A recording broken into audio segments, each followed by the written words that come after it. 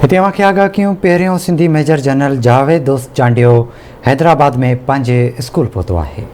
अवांखे आगाही ॾींदा हलूं अहम ख़बर आहे। पहिरियों सिंधी मेजर जनरल जावेद दोस्त चांडियो हैदराबाद में पंहिंजे स्कूल पहुतो आहे। मेजर जनरल जावेद दोस्त चांडिये फेडरल गवर्नमेंट स्कूल जो दौरो कयो आहे। मेजर जनरल जावेद दोस्त चांडिये जी ओसी खारियान मुक़ररु थियल आहे।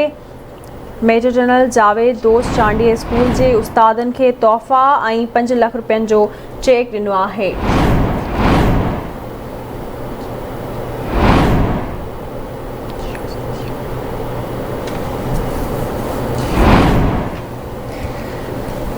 अवांखे आगाह क्यों पिया मेजर जनरल जावेद दोस्त चांडिये स्कूल जे उस्तादनि खे तोहफ़ा ऐं 5 लख रुपयनि जो चेक ॾिनो आहे। मेजर जनरल जावेद चांडियो जो चवणु आहे त पंहिंजे किरदार वसीले पंहिंजे उस्ताद जो तक़दुस बहाल रखणु घुरिजे। उहो कमु कयो वञे जंहिंखे लिकाइण जी ज़रूरत न पवे।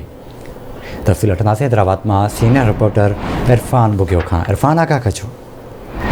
जी, पाकिस्तान आर्मी में पहिरियों सिंधी मेजर जनरल जावेद दोस्त चांडियो अॼु हैदराबाद पंहिंजे स्कूल फेडरल गवर्नमेंट जे दौरे ते पहुतो, जिते हुन उस्तादनि में तोहफ़ा पेश कया ऐं गॾोगॾु स्कूल खे 5 लख रुपयनि जो चेक पिणु ॾिनो। तव्हांखे ॿुधायूं त पाकिस्तान आर्मी जो पहिरियों सिंधी मेजर जनरल जावेद दोस्त चांडियो हिन वक़्तु GOC खारियां मुक़ररु थियल आहे, जेको हैदराबाद में वाक़े फेडरल गवर्नमेंट स्कूल जिते हुन तालीम पिराई उन जे दौरे ते पहुतो। हुन उस्तादनि सां मुलाक़ात कई ऐं उते मुख़्तसिर ख़िताब कयो, जंहिं दौरान संदसि चवणु हो त पंहिंजे किरदार वसीले उस्ताद जे तक़दुस बहाल करणु घुरिजे ऐं को बि कमु न करणु घुरिजे जंहिंखे लिकाइण जी ज़रूरत हुजे, छाकाणि त अॼुकल्ह IT जो दौरु आहे ऐं हिन दौर में का बि शइ लिकी नथी सघे। तंहिं करे मस्बत सोच सां इंसान खे पंहिंजो किरदारु बनाइणु घुरिजे।